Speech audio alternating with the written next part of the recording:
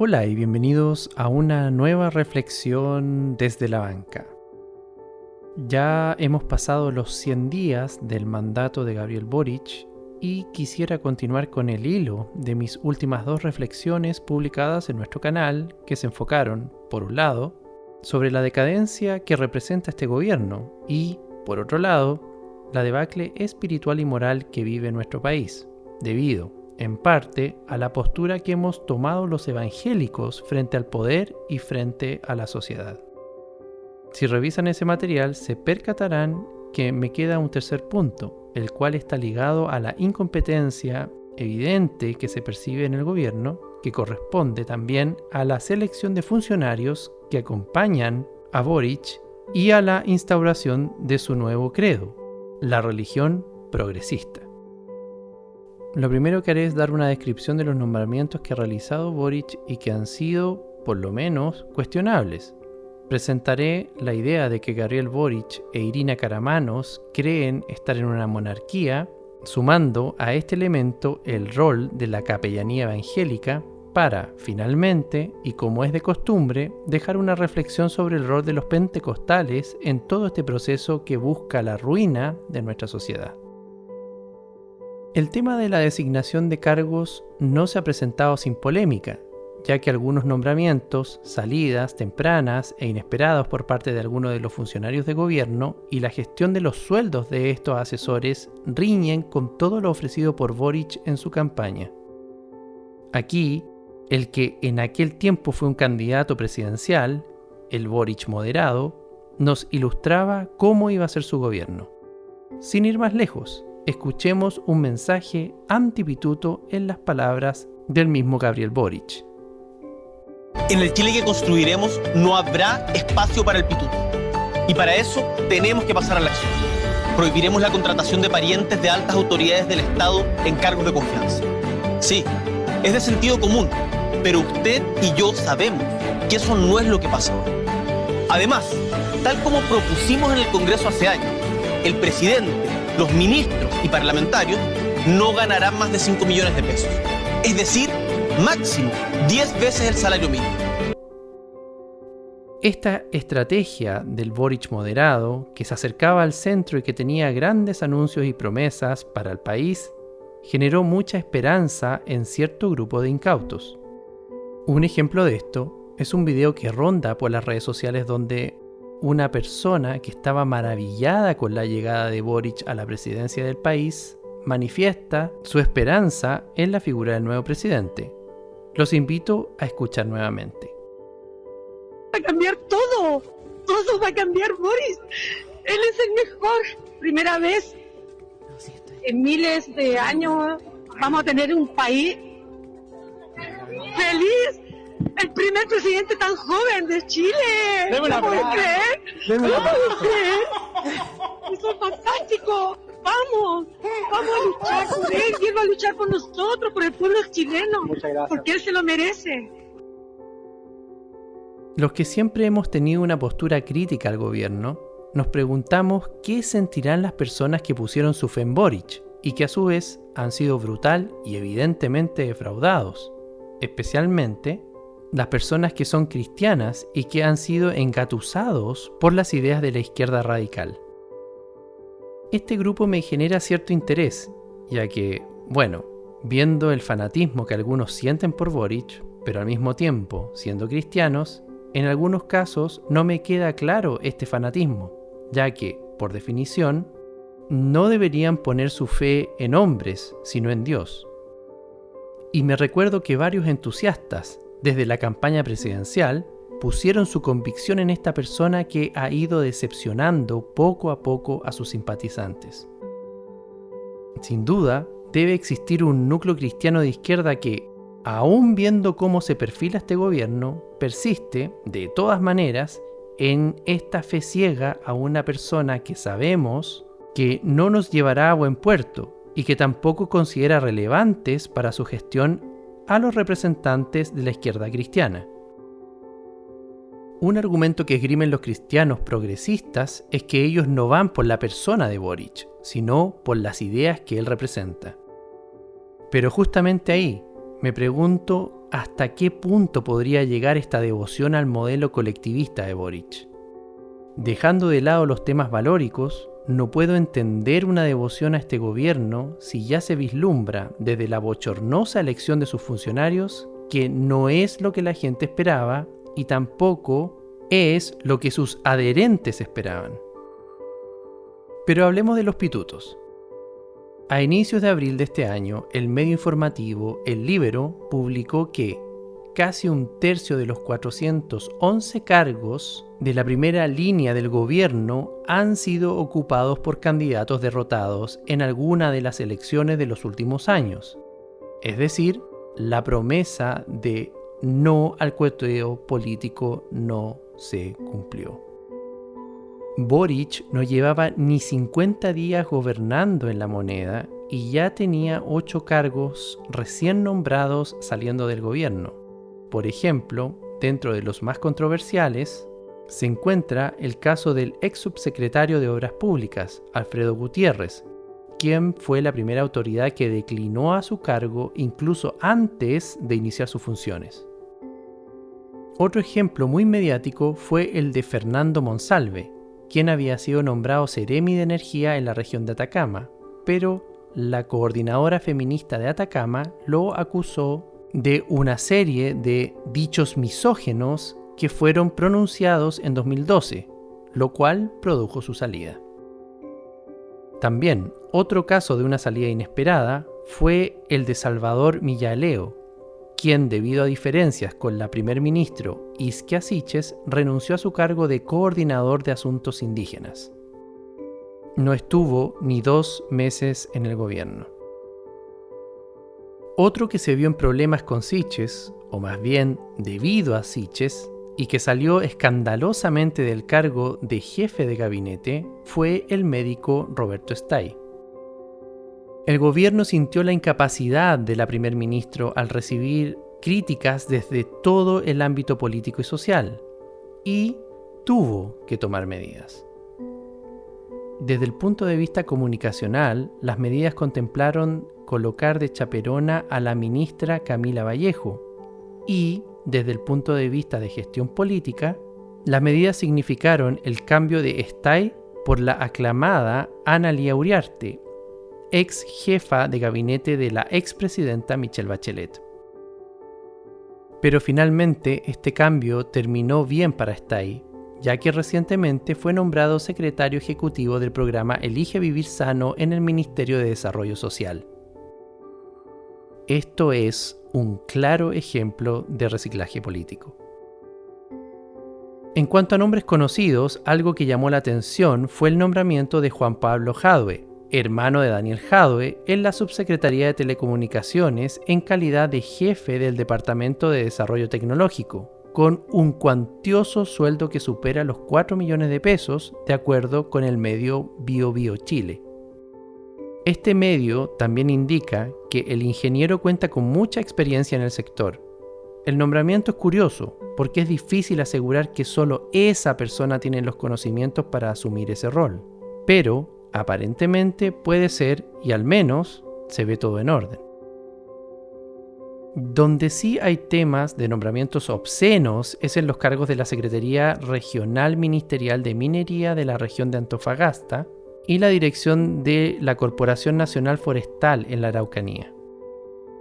Para la Secretaría Regional Ministerial de Minería de la región de Antofagasta, el cargo fue para Macarena Barramuño, trabajadora social y máster en desarrollo con perspectiva de género, especialista en ecofeminismo.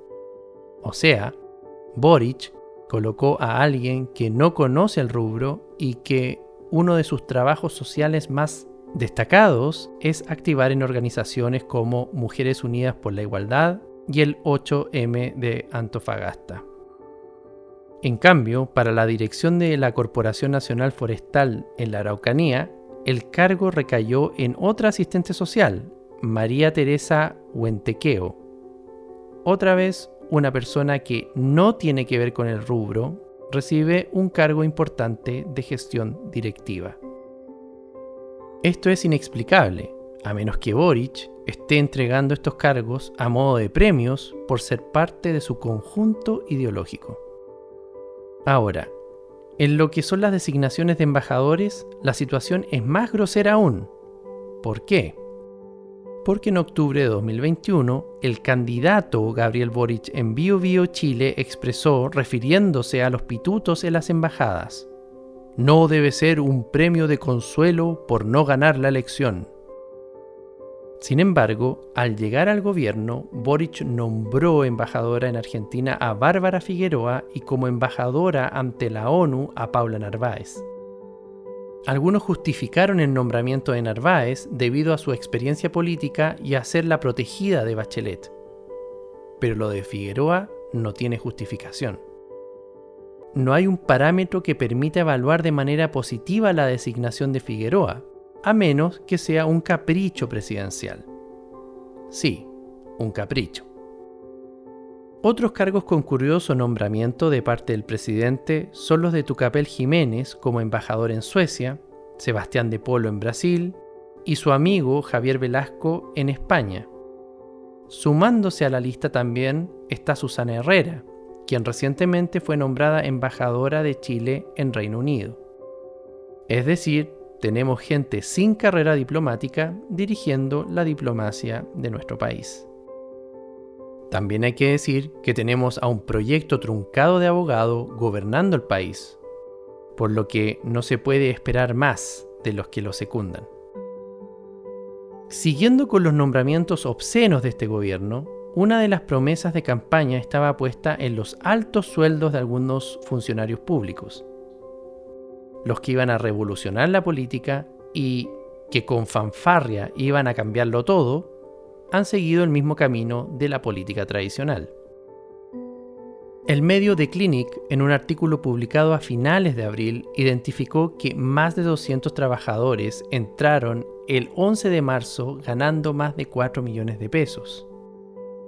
De ellos, unos 75 superan incluso los 5 millones de pesos. De la misma forma, recientemente, el medio Bío Bío Chile publicó una noticia donde se describe que a través de un oficio dirigido a la directora de presupuesto correspondiente al Ministerio de Hacienda, el subsecretario del Ministerio del Interior, Manuel Monsalve, solicitó que el fichaje de 4 asesores se realizara excepcionándolos de los límites de las remuneraciones. Es decir, una vez más, tenemos promesas que no se cumplen. Sin embargo, hubo mucha esperanza pasado el primer mes del gobierno, cuando Su Excelencia hizo un llamado claro a todos sus asesores. Por favor, escuchemos una vez más las palabras del presidente al referirse a los próximos pasos que iba a dar su gobierno. Discusión del rumbo del gobierno y hemos concordado, y es muy claro, que se acabó el periodo de instalación.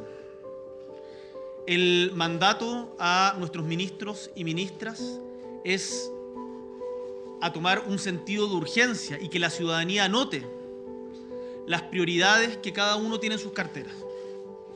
En particular, hemos conversado el detalle de cómo el programa Chile Apoya va a crecer y en donde destacamos la importancia que le damos como gobierno a enfrentar el alza del costo de la vida de la ciudadanía. A pesar de este llamado, y como pudimos ver, todo este despliegue mediático no llevó a medidas concretas y error tras error a este gobierno se lo ha tildado de gobierno en práctica. Y cuando ya el nivel de incompetencia parece tocar fondo, el gobierno, una vez más, sorprende con un nuevo gabinete recién nombrado. Esta semana quedó establecido en el organigrama del sitio oficial de gobierno el apartado de instituciones, donde aparecía, después de la presidencia de la República, el gabinete Irina Karamanos. Karamanos es la pareja de Boric y supuestamente venía a desarticular el cargo de primera dama. Digamos que empezó bastante bien, denigrando el cargo, ya que al ser consultada por su rol, ella afirmó: Escuchemos. ¿Qué es lo que usted quiere hacer ahora en el gobierno? ¿El rol suyo cuál va a ser? Yo estoy aportando política y emocionalmente, yo creo, en este momento al proyecto del gobierno, a la instalación del gobierno. Seguimos generando procesos de escucha para poder hacer cambios. En mi caso en particular, yo me propuse cambiar un espacio, ¿cierto? No me identifico mucho con el rol de primera dama, pero sí con cambiar ese espacio. Bueno, porque no soy ni primera ni dama, ¿no? O sea, en ese sentido pienso que hay que salir un poco de ese término como conservador, ¿cierto? Y clasista. Y por eso creo que tomamos un desafío muy interesante al que el feminismo en general quizás no está en esos lugares, ¿no? Entonces... Ella vino a cambiar el rol, pero terminó acostumbrándose a él. Y le gustó.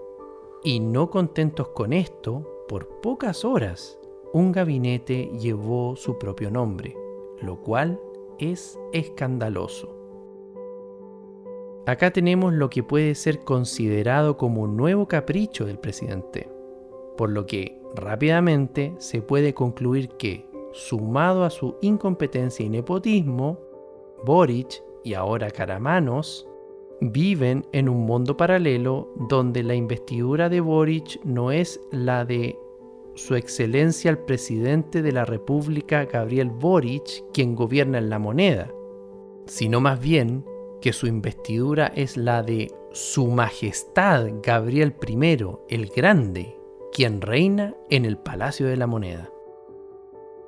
Todo este atropello a la nación causó tal revuelo que la ministra vocera de gobierno salió a decir nuevamente que la corona había cometido un error.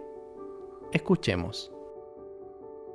Como es de público conocimiento, ya se ha procedido a través del equipo de prensa de Presidencia a comunicar el cambio de la resolución exenta que generaba una modificación a la nominación del cargo de primera dama.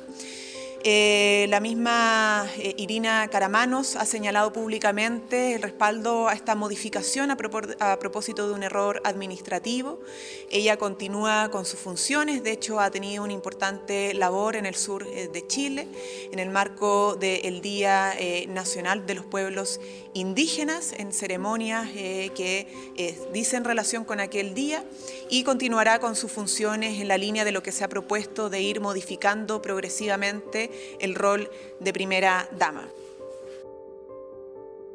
¿Qué tiene que ver esto con los evangélicos? Bueno, como buen reino se debe también tener el respaldo de los vasallos religiosos.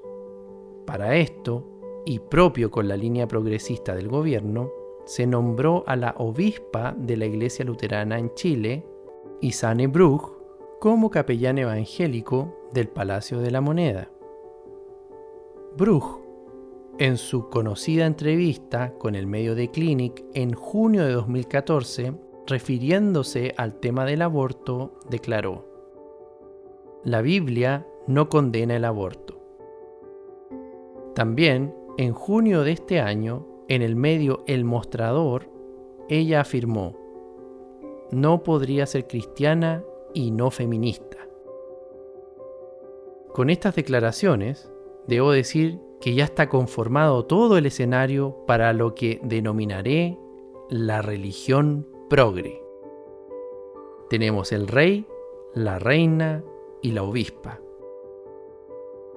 Volviendo a la reflexión y fiel al desempeño que hemos venido viendo en el reinado de Su Majestad, recientemente la capellán dio una entrevista sobre su nueva labor. Los invito a escuchar. Cuéntanos un poco, también queremos conocer también de tu historia. Has dado varias entrevistas con respecto a eso, pero la primera pregunta, ¿qué es ser capellán en la Moneda? ¿Qué haces? No sé, ¿tienes horario de oficina? ¿Atiendes a alguien? No sé, ¿estás sentada como en una capilla esperando que la gente entre, salga? ¿Das bendiciones? Perdona, pero mi ignorancia, pero no sé lo que es ser capellán en la Moneda. ser capellana de la moneda, por lo que yo estoy entendiendo, Ah, ¿tú tampoco sabes mucho qué? es un aprendizaje. Ya, ok. Es decir, tampoco sabe qué hacer en su respectivo cargo. La Biblia en el libro de Proverbios indica que cuando los justos dominan, el pueblo se alegra, mas cuando domina el impío, el pueblo gime. Es muy evidente que estamos en manos de personas que no están alineadas con los valores cristianos. Algunos pueden decir, otros gobernantes también han sido injustos delante de los ojos de Dios. Pero ese empate se cae al ver cómo el fortalecimiento de las instituciones y el modelo económico pujante chileno nos llevó de ser un país pobre al país más rico de la región. Otros pueden decir, la prosperidad no es un indicador de que Dios esté con una nación. Esto es cierto. Sin embargo, este odiado modelo impuesto en Chile sacó adelante a muchas familias cristianas y, bajo el entendimiento y premisa pentecostal de que todo esto fue voluntad de Dios, el modelo les entregó también oportunidades que antes no estaban disponibles, como lo es la posibilidad de lograr llegar a la educación superior. Existen hechos que hoy están acompañando al gobierno de Boric. Los índices económicos van en caída, la delincuencia está cada día más brutal, hay terrorismo marcado en la región de Araucanía y una inmigración descontrolada en el norte del país. Las instituciones que alguna vez fueron sólidas están corrompidas y da la impresión que los funcionarios de este gobierno revolucionario y la persona misma de Boric actúan permisivamente ante esta debacle. Se nota mucho esto en el presidente, quien, escogiendo a diversas personas para establecerlas en posiciones directivas, por el solo hecho de abrazar la ideología progresista, pone en riesgo el avance alcanzado por nuestra sociedad hasta ahora. Es más, no es solo la sensación de que el país está detenido, sino que los hechos apuntan que vamos en retroceso, o al menos vamos en una dirección indeseada. Esto es parte de la decadencia moral y espiritual que estamos viviendo, y si no hacemos algo como pueblo evangélico que ama a Dios y que ama a Chile, esta debacle seguirá avanzando. Porque, adivine usted, ¿quién tiene la tarea de implementar la agenda progresista en Chile? Los que Boric puso en posición de poder. Ahora, hablando de la investidura de ser un embajador, los evangélicos sabemos bastante. Pablo escribe en la segunda carta a los Corintios que nosotros somos embajadores en nombre de Cristo y añade, como si Dios rogase por medio de nosotros, os rogamos en nombre de Cristo, reconciliaos con Dios. Y remata el capítulo 5 con la siguiente oración. Al que no conoció pecado, por nosotros lo hizo pecado para que nosotros fuésemos hechos justicia de Dios en él. Yo soy de los que cree que el mensaje del Evangelio impacta en la sociedad. Por lo tanto, soy de los que creen que debemos salir con el mensaje, el cual no solo es la esperanza para la sociedad, sino para toda la civilización. Debemos tener muy en consideración el rol que jugamos nosotros en los procesos sociales que vivimos. Estamos a tiempo aún de enderezar lo que se torció, y lo podemos hacer con la ayuda de Dios, haciendo audible nuestra voz y nuestros derechos.